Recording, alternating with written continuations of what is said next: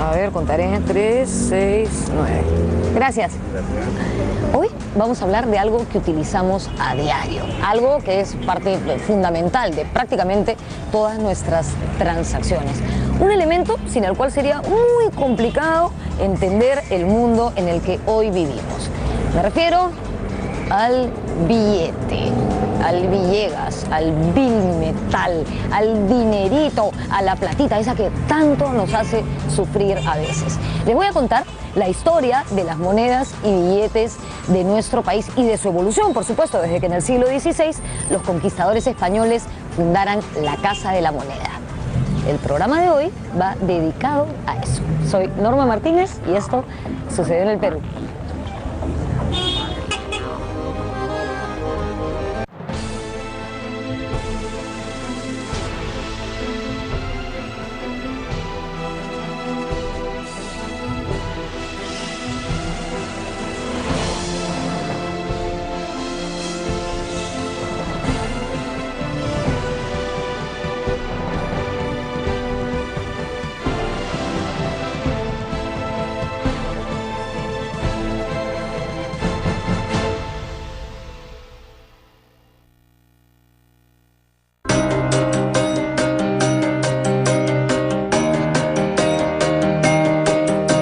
La moneda es hermana del comercio, del intercambio, de manera que los pueblos que desarrollan muchos intercambios y actividad comercial requieren moneda.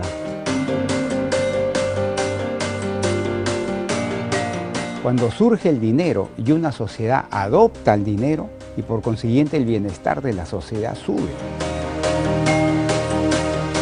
La evolución de la moneda se relaciona con los gobiernos, con las políticas económicas, con las épocas de crisis y de estabilidad. En este programa no solo hablaremos de numismática, ciencia que estudia las monedas, sino también de política, de economía y, por supuesto, de sociedad.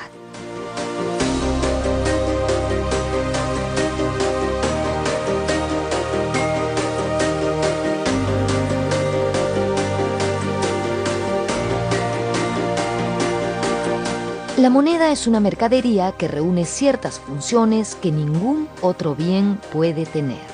Es una unidad de cuenta, un medio de pago, un medio de cambio y una reserva de valor. Esas funciones son inseparables dentro de una dinámica monetaria saludable. En la antigüedad existieron formas primitivas de dinero, pero las monedas y billetes surgieron amparadas por las economías modernas y capitalistas. En el antiguo Perú no existió una moneda propiamente dicha.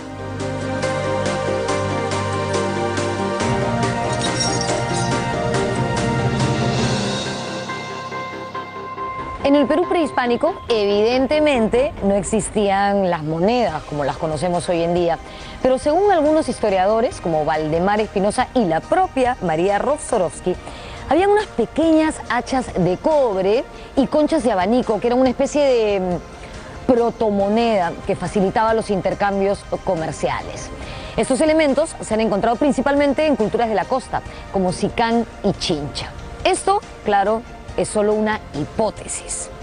Lo que sí está comprobado es que en el mundo prehispánico se practicaba el trueque. Ya durante el Imperio Incaico, el Estado se encargaba de redistribuir los excedentes de producción, de manera que no se necesitaba una moneda convencional.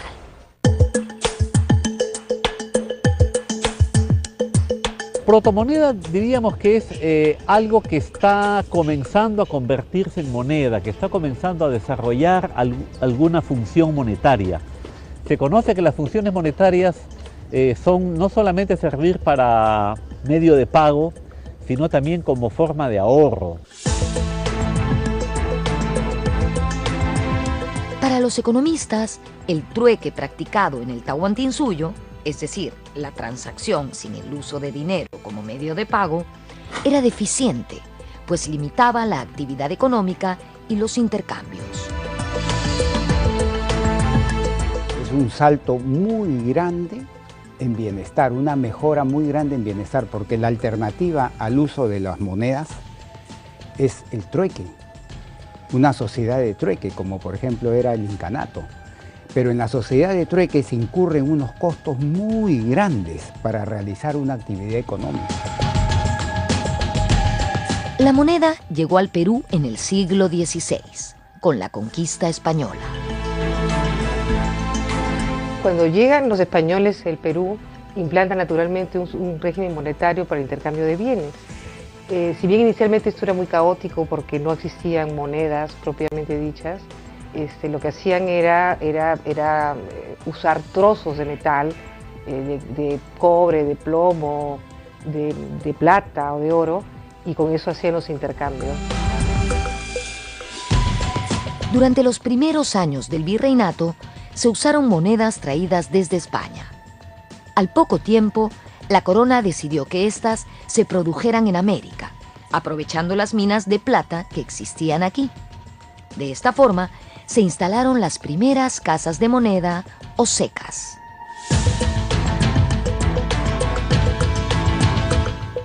Somos los primeros en Sudamérica en tener casa de moneda. Efectivamente, hace 450 años, el próximo año, se dio la ley creando la Casa de Moneda de Lima. El rey Felipe II creó la Casa de Moneda en la ciudad de Lima después de que se había discutido mucho si iba a ser en Arequipa o en algún otro lugar del país.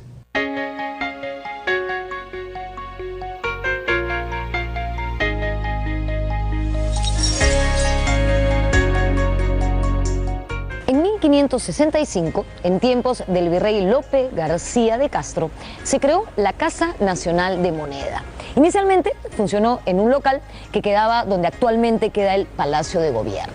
En 1568 se acuñaron las primeras monedas peruanas, que eran de dos tipos, escudos y reales, las mismas unidades monetarias de la monarquía española. Estas primeras monedas eran hechas a mano, por eso se les llamó macuquinas, que en quechua quiere decir golpeadas. Evidentemente, todo este proceso era bastante artesanal.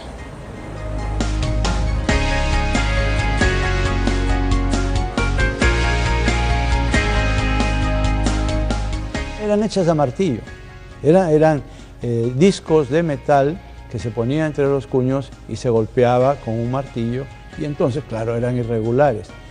Posteriormente, no estas primeras, que siempre las conocemos como monedas de rincón, porque en el caso peruano nuestro primer grabador y ensayador fue Alonso Rincón.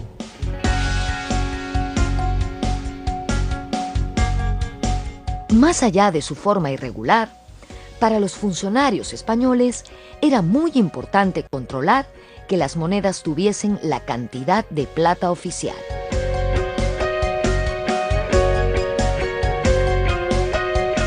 La ubicación definitiva de la Casa Nacional de Monedas se remonta a 1683, cuando el virrey Melchor de Navarra y Rocaful compró este predio, ubicado en las esquinas de la calle Moneda y Molino Quebrado, actuales Girón, Paruro y Junín. De manera intermitente, en tiempos del virreinato, funcionó aquí la Casa Nacional de Moneda.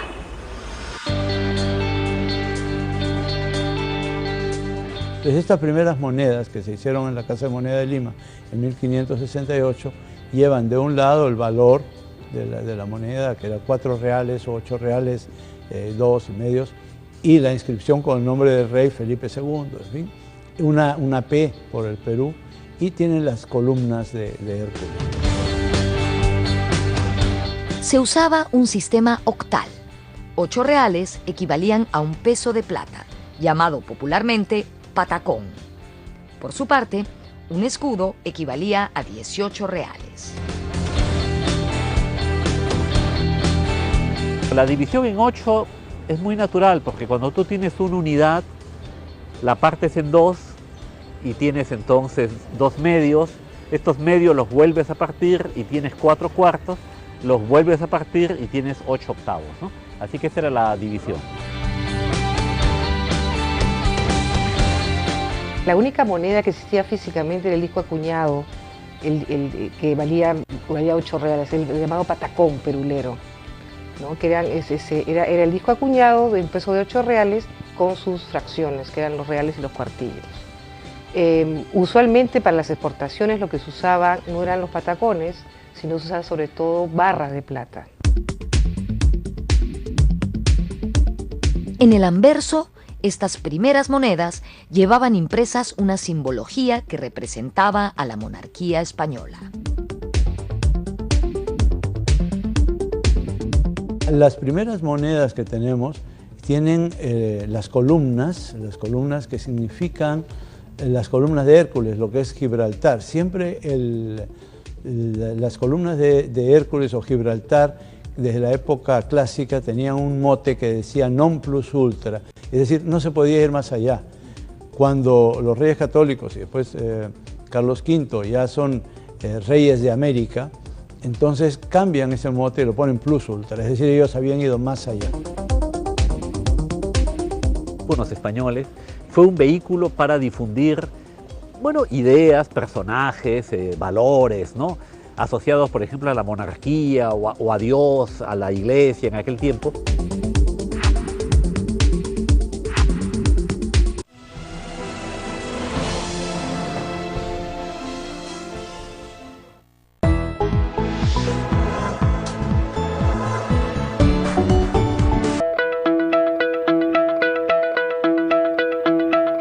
Una importante casa de la moneda colonial fue la de Potosí, lugar donde se hallaba la mina de plata más rica de todo el virreinato. La casa de moneda por excelencia fue y que abasteció de monedas a todo el virreinato del Perú, fue la Casa de Moneda de Potosí, que se fundó en 1574. Este monopolio de Potosí durará hasta 1683, cuando el duque de La Palata decide volver a poner en funcionamiento la Casa de Moneda de Lima. Cuando se descubre el Cerro de Potosí en 1545 y sobre todo cuando se descubre la forma de hacer la amalgama de la plata, con lo cual es mucho más fácil producirla, lo lógico es que estuviese una casa de moneda cerca de este manantial de la plata, como decían ellos. Entonces, a partir de 1570, además por problemas que hubo en la Casa de Moneda de Lima, se abre la Casa de Moneda de Potosí.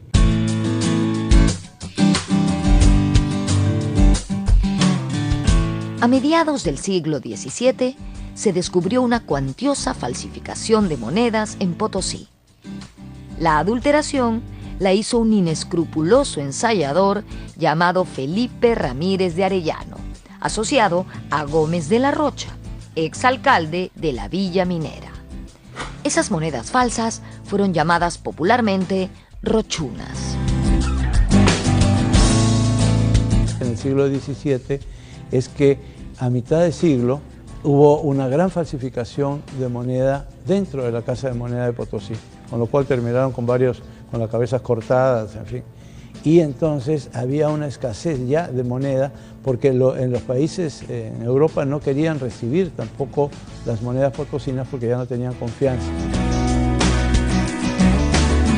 En vista de esta situación, los comerciantes limeños reclamaron que la capital volviera a ser sede de la Casa de la Moneda.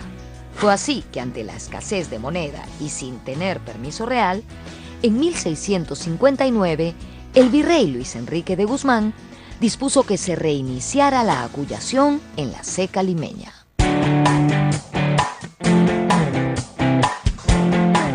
Y se llegan a acuñar monedas en el año 59 y 60.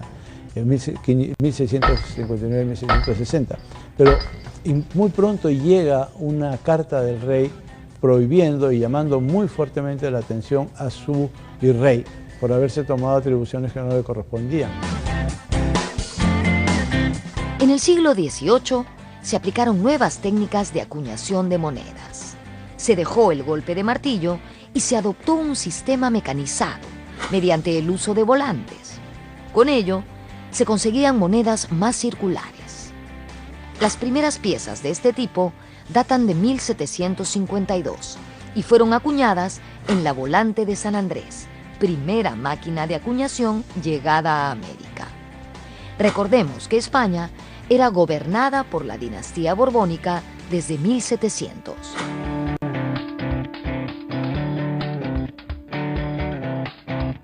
Poco después van allá a incluir la cara del rey, por ejemplo, ¿no? Ya como con retratos, trabajos mucho más refinados, más de acuerdo a la época que lo que eran las anteriores. Y claro, van a haber cambios económicos importantes, pero en la moneda se va a mantener dentro de los mismos estándares. Solamente al final, ya en la época de Carlos III, es que hay unas devaluaciones, cambian las paridades entre el oro y la plata, entonces hay unas devaluaciones que van a ser importantes. Desde 1751 comenzó a acuñarse los llamados bustos con la imagen del monarca. Como la moda era llevar el cabello largo, las monedas se hicieron conocidas como las peluconas, que se acuñaron hasta 1772. Normalmente se ponía, claro, el busto del rey. Era una forma de difundir la imagen del poder, ¿no? Dado que las monedas son un gran vehículo que pasa de mano en mano, antes de que hubiese periódicos, medios de comunicación modernos, se empleaba pues la moneda como soporte para difundir imágenes que el gobierno quisiera que se difundan entre la población.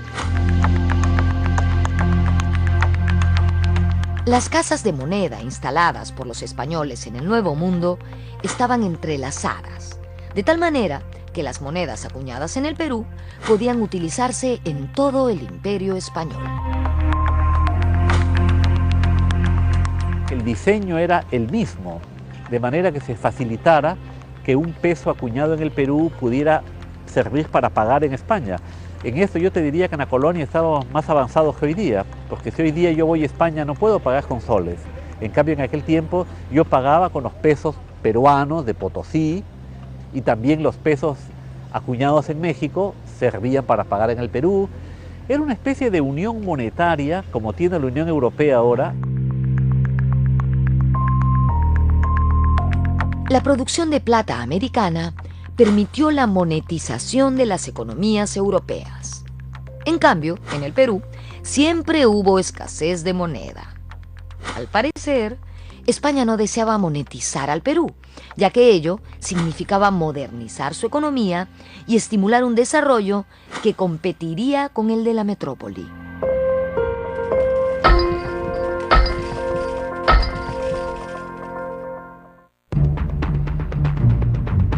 La emisión de discos acuñados siempre fue muy inferior a las demandas, a las necesidades de la economía peruana. Entonces, eventualmente siempre había una escasez de circulante, ¿no? Que entonces eso se suplía a través del uso de una serie de vales, cédulas, que eran bastante utilizadas en el virreinato. Habían vales, billetes de banco, pagarés, que se giraban contra las cuentas corrientes, ¿no? Y suplía la escasez de moneda. En 1810 se empezaron a acuñar monedas con el busto de Fernando VII, último monarca español que apareció en las monedas del virreinato peruano. El siglo XIX trajo consigo la emancipación americana. El 28 de julio de 1821, San Martín proclamó la independencia. Junto a la bandera, el escudo y el himno, la moneda era una forma simbólica de representar a la nueva república. En este contexto, fue una prioridad de las fuerzas patriotas tomar posesión de la Ceca de Lima. San Martín ingresó a la capital, mientras que el virrey La Serna marchaba hacia la Sierra Central y Sur, lugar donde se encontraban las minas. Es un momento complejo, es un momento en el que el gobierno se enfrenta con una disyuntiva muy complicada y se dispone de la Casa de la Moneda, se dispone del instrumental, se dispone de la maquinaria, pero en cambio no hay plata.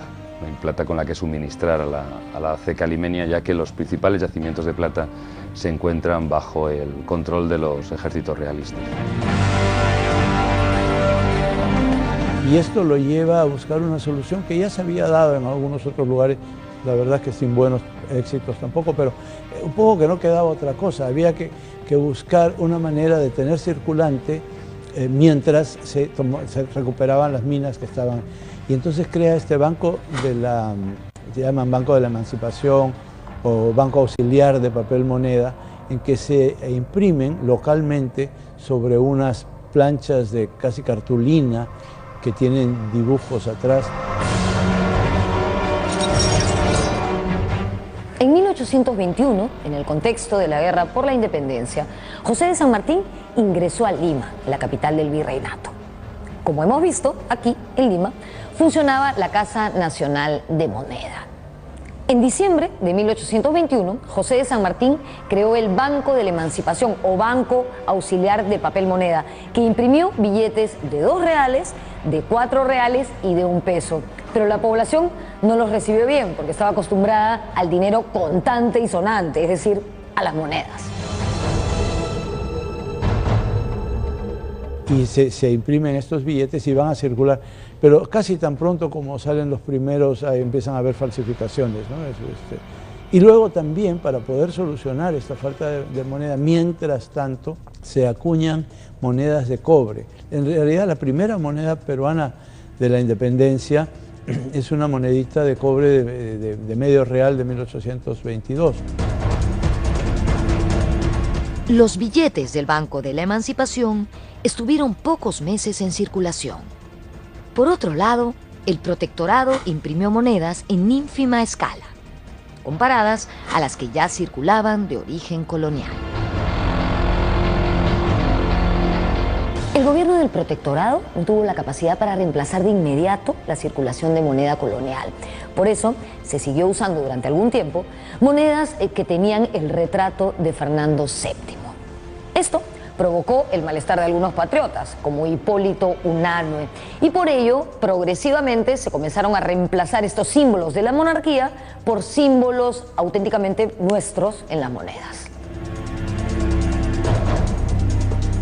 De forma amarga, Hipólito Unanue, que es el primer ministro de Hacienda del Perú independiente, amargamente se lamenta de que todavía el gobierno, las primeras monedas que acuña desde la Casa de la Moneda, muy a cuentagotas, muy poco a poco porque no se dispone de la materia prima, ¿no?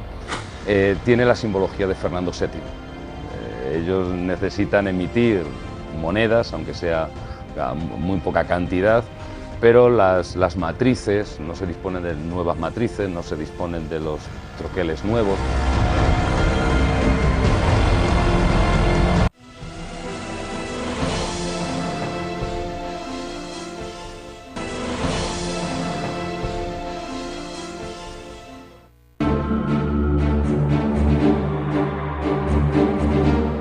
Cuando San Martín dejó el Perú, los gobiernos que lo sucedieron imprimieron monedas con imágenes que buscaban difundir los ideales de la nueva república.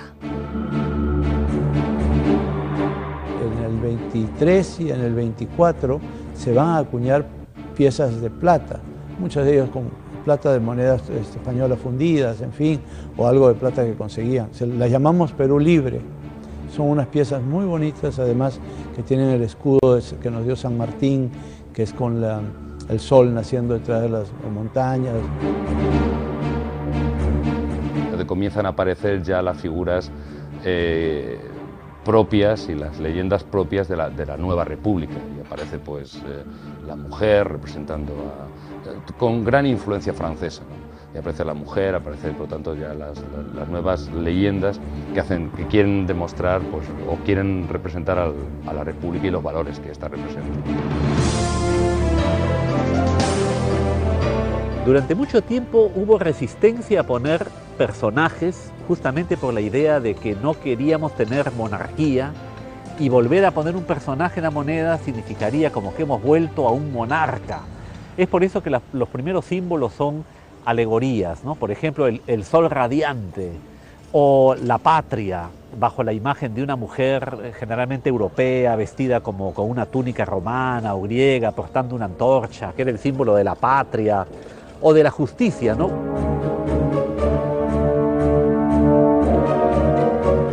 En 1824, el virrey La Serna instaló la Casa de Moneda del Cusco, utilizando la plata de los templos e imprimiendo monedas con el busto del rey Fernando VII. En diciembre de ese año, los españoles capitularon luego de la batalla de Ayacucho.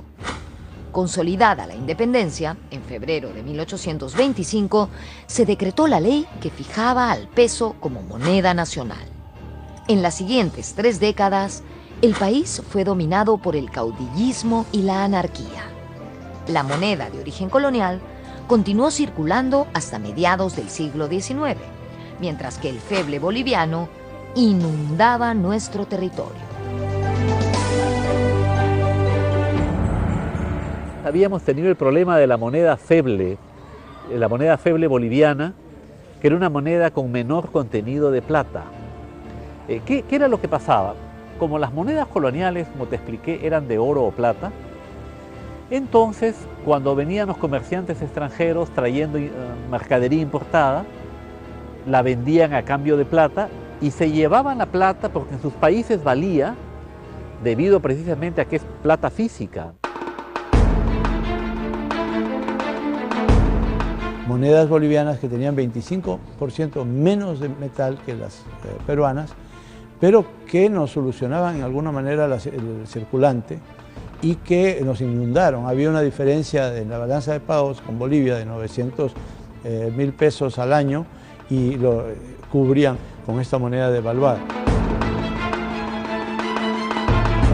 El presidente Ramón Castilla utilizó las rentas del guano para modernizar el aparato estatal. En 1857 se adquirió maquinaria para modernizar el sistema de acuñación de monedas.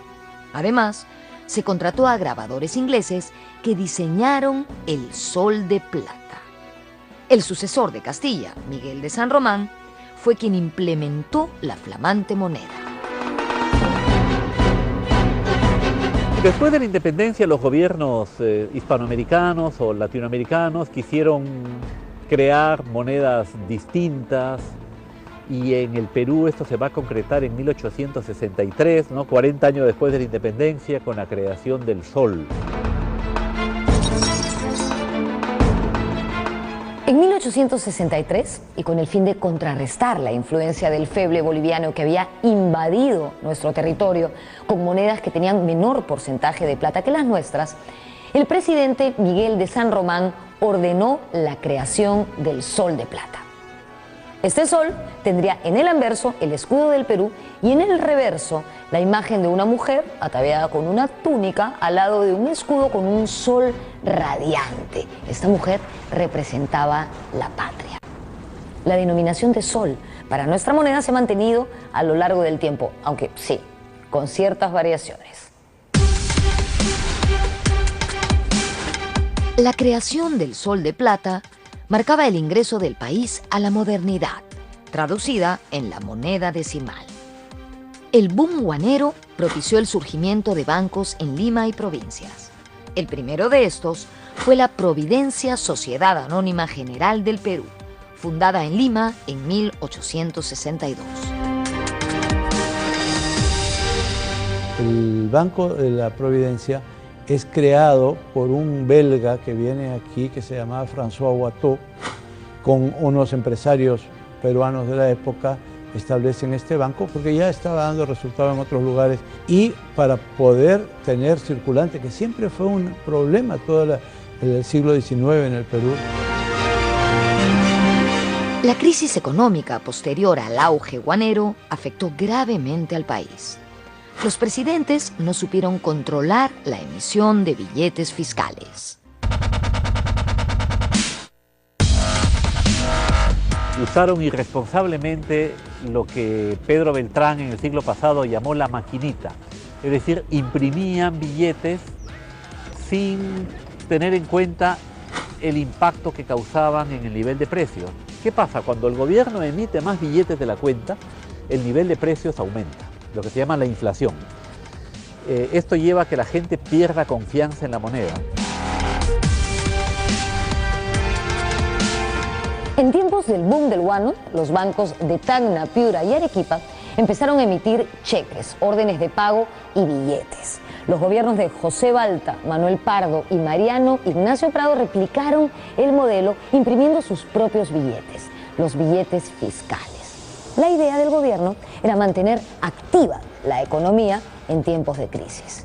Pero hubo un problema. Estos billetes comenzaron a imprimirse de manera irresponsable, sin tener en cuenta el impacto que esto podría tener en los niveles de los precios. La crisis de 1873 hizo que los billetes fiscales se devaluaran y además la gente comenzó a cambiarlos porque prefería tener el dinero en metálico. Todo esto se agudizó en 1879 cuando estalló la guerra con Chile. El billete fiscal tuvo una gran devaluación que dejó a los peruanos con la memoria escaldada, en el sentido de negarse a aceptar una moneda de papel, yo diría hasta su muerte, ¿no? Hasta que los peruanos que vivieron aquella pesadilla no terminaron de morir, en el Perú no pudo volver a ver una moneda de papel bajo el sol. En medio de la guerra con Chile, asumió el poder Nicolás de Piérola. En marzo de 1880, Piérola creó una nueva unidad monetaria, el Inca. Su objetivo era ordenar el panorama fiscal y la circulación monetaria. Agobiada por la economía de guerra y desconfiada del papel moneda, la población no recibió de buena gana la emisión de incas.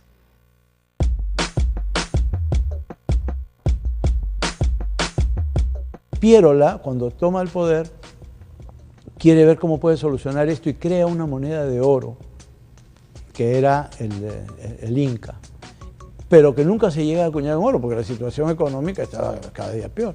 Y entonces se hace mucho en papel, en billetes, en incas, y algo en monedas, muy pocas, que se llamaban piezas de 5 pesetas, y que eran del mismo tamaño que un sol, en fin.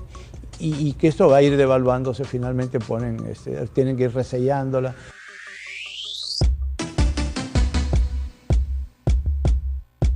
Invadida la capital y prófugo Piérola, el gobierno provisional de la Magdalena, dirigido por Francisco García Calderón, se vio obligado a pagar cupos en dinero a los invasores. Los billetes incas continuaron emitiéndose, pero sufrieron falsificación y desprestigio. Cuando los chilenos invadieron Lima en la Guerra del Salitre, se negaron a recibir los billetes y solamente querían recibir los soles de plata, lo cual ocasionó una peor desvalorización del billete. Y esto produjo pues una hiperinflación espantosa entre 1881, ¿no?, que llegan los chilenos, a 1888. La posguerra fue un periodo difícil en todo orden de cosas, sobre todo en el aspecto económico. Urgía estabilizar la economía.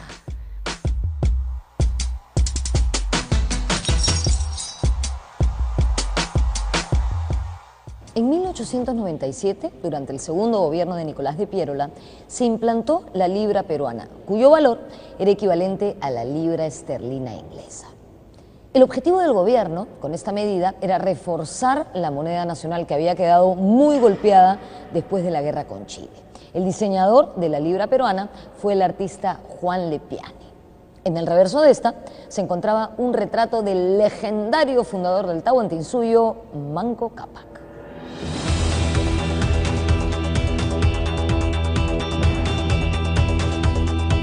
La libra peruana aparece en 1897, al final del siglo XIX, pero tuvo que ser una moneda física de oro, justamente porque el público veía un billete y le salían ronchas, ¿no?, porque recordaba la terrible experiencia de la posguerra con Chile.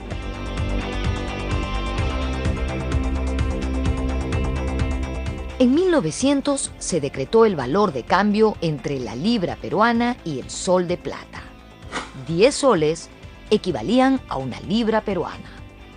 Durante el tiempo en el que circuló la libra, la economía nacional estuvo en proceso de recuperación. Las exportaciones aumentaron considerablemente y la nueva moneda se hizo fuerte. En la primera mitad del siglo XX, estaba en el mundo, ¿no?, vigente lo que se llama el patrón oro. Las monedas trataban de tener siempre de respaldo oro, que le diera seriedad a las monedas. Entonces, en el mundo, y el Perú no se escapó de eso, se creaba dinero, pero supuestamente con respaldo en gramos de oro. Entonces, gran parte de los primeros 50 años del siglo pasado, hubo ciertos intentos de que en el Perú se tuvo monedas respaldadas por oro. En el siglo XX, al comienzo, estamos muy bien con nuestra libra de oro, pero comienza la Primera Guerra Mundial y ya no se puede traer el oro que teníamos guardado en Estados Unidos, con lo cual se acuñaba porque había que purificarlo, en fin, y todo esto. Y como cosa de emergencia se tiene que sacar papel. Pero lo primero que hacen es buscar un eufemismo para no decir billete, porque el billete sonaba muy mal. Entonces le van a llamar cheques circulares. Después que termina la guerra, la Primera Guerra Mundial, al darse cuenta el gobierno de que la gente ha aceptado los cheques circulares y al ver también que ya se han muerto los que vivieron la pesadilla de la hiperinflación, piensan que ha llegado el momento de entrar al sistema monetario moderno basado en la moneda de papel. Y así se crea el Banco de Reserva en 1922, que ese mismo año comienza a emitir los billetes de libras, ¿no? Estábamos todavía en la era de la libra. Efectivamente, en 1922 se creó el Banco de Reserva, tomando como modelo al Federal Reserve Bank de los Estados Unidos. Entre sus funciones estaba la de emitir billetes sólidamente respaldados por oro en bóveda y fondos efectivos en dólares. Así fue como el Banco de Reserva empezó a emitir billetes de libras peruanas. Poco a poco se iba recuperando la confianza en la moneda de papel.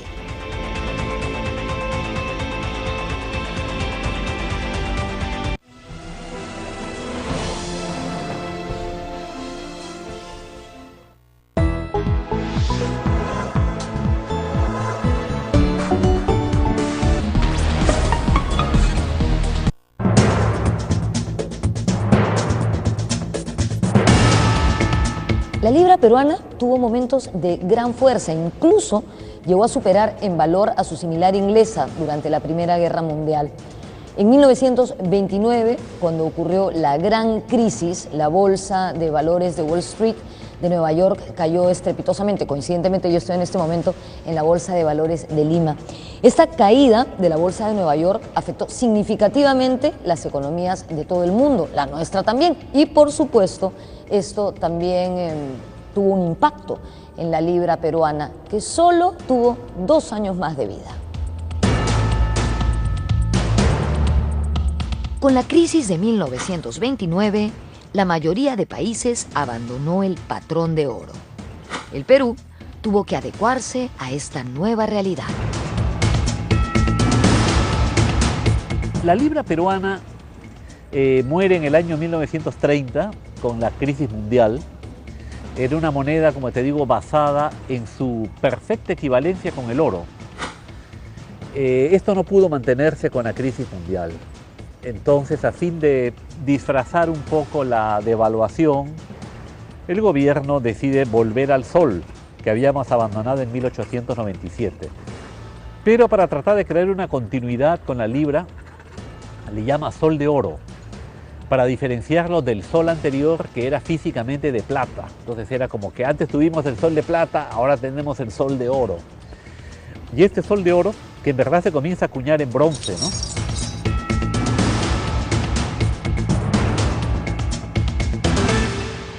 La Constitución de 1933 estableció que la emisión de billetes es privilegio del Estado.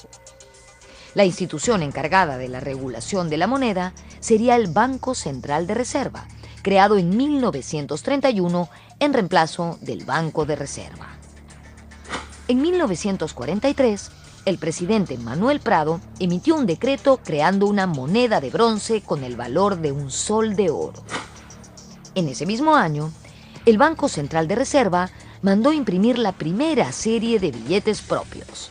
Estos fueron impresos en la American Bank Note Company de Nueva York. En el año 1965, se hizo un cambio total en el diseño de la serie de billetes, aumentándose dos valores, el de 200 y el de 1000 soles. En esta oportunidad, y por primera vez en nuestra historia, la serie de billetes peruanos fue ilustrada con personajes históricos y lugares destacados del país.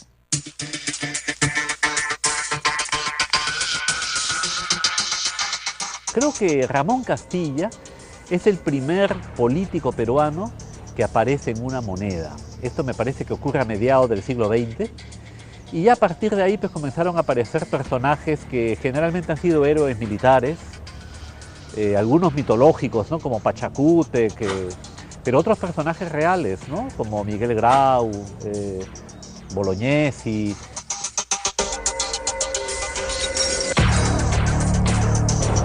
Con motivo del sesquicentenario de nuestra independencia, en el año 1971, el Banco Central de Reserva acuñó monedas de 5 y 10 soles de oro. La idea era ir retirando paulatinamente los billetes de menores denominaciones. El diseñador de estas monedas propuso conservar en el anverso de las mismas la imagen del escudo del Perú, pero en el reverso incluir el retrato de Túpac Amaru II, precursor de la independencia, como todos ustedes saben. Los personajes recurrentes en nuestros billetes han sido Miguel Grau, Francisco Bolognesi, Santa Rosita, que está en el billete de 200 lucas que tanto nos gustan, Raúl Porras Barrenechea, Jorge Basadre, entre otros. Estas son las ventanillas del Banco Central de Reserva, cuando funcionaba aquí desde el año 1931. Hoy está convertido en un museo. Miren qué lindo es el techo.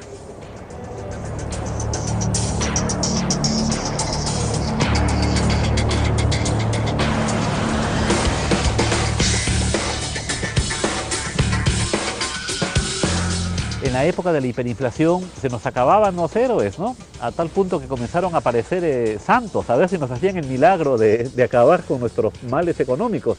Ahora tenemos a Santa Rosa de Lima, por ejemplo, ¿no? Y también tenemos a escritores, intelectuales, que son los que de momento han quedado en los billetes, ¿no? Valdelomar, Jorge Basadre. Hasta antes del año 93, los gobiernos influían en qué personaje iba en los billetes.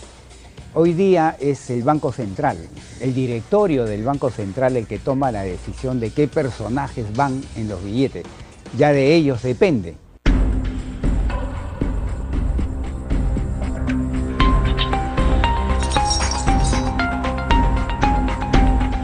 En el año 1985, nuestra moneda cambió. El sol de oro fue reemplazado por el INTI. INTI quiere decir sol en quechua. Esto se debió a que se necesitaba fortalecer la moneda, que había sido muy golpeada por una inflación que arrastrábamos desde finales de los años 70. Un INTI era equivalente a 1000 soles de oro, pero fue una moneda que solamente duró 6 años, hasta 1991, porque se devaluó brutalmente. Se llegaron a imprimir, de hecho, billetes de 5 millones de intis. ¿Se pueden imaginar un billete de 5 millones de intis? Bueno, eso ocurrió en nuestro país.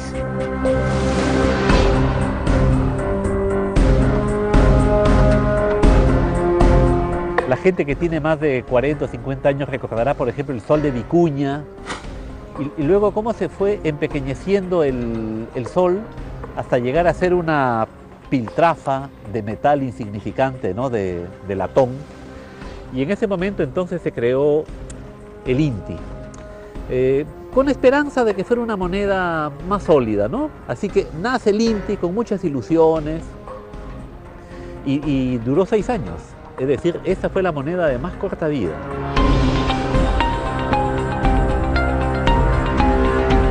Ante la vertiginosa caída del valor del INTI, el Congreso de la República buscó una salida. La idea era crear una moneda que redujese nuevamente el número de ceros. Se propusieron nombres como Amaru, sol peruano y hasta peso, recordando las antiguas monedas peruanas. Finalmente, se optó por el nuevo sol. Era una manera de retomar el sol de plata creado a mediados del siglo XIX.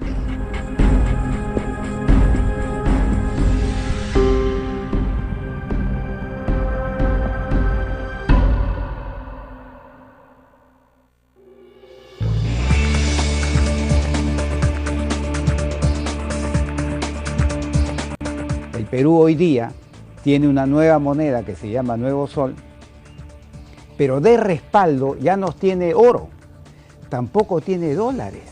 Entonces la gente se pregunta, ¿y qué respalda al sol, al Nuevo Sol? ¿Sí? Me dan un billete de 200 nuevos soles, ¿y por qué lo acepto? ¿Cuál es la razón de aceptarlo? ¿Cuál es su respaldo? Su respaldo es la credibilidad. Esto es muy importante para que la gente lo entienda. Es la credibilidad de una institución que se llama Banco Central. La tecnología avanza cada vez más rápido.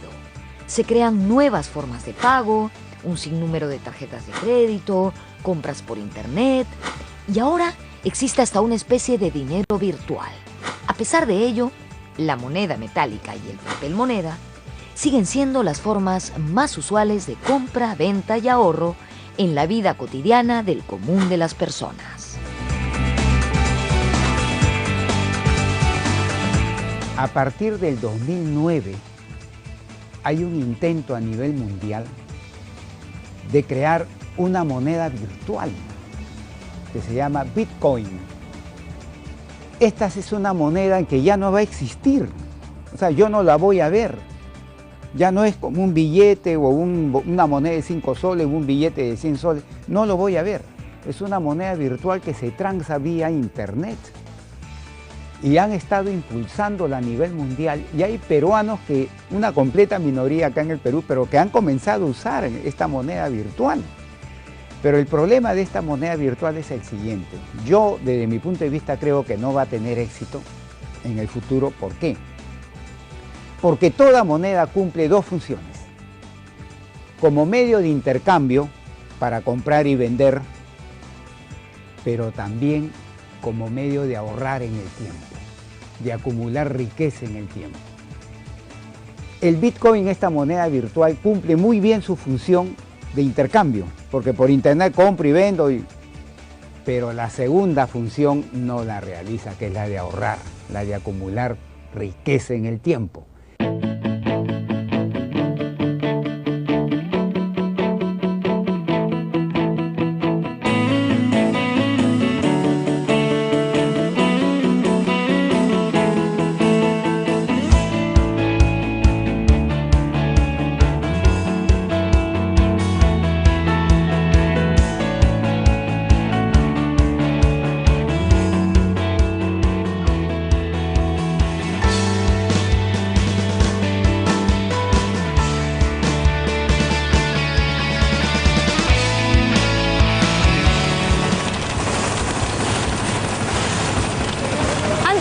Las monedas se acuñaban una a una y a mano.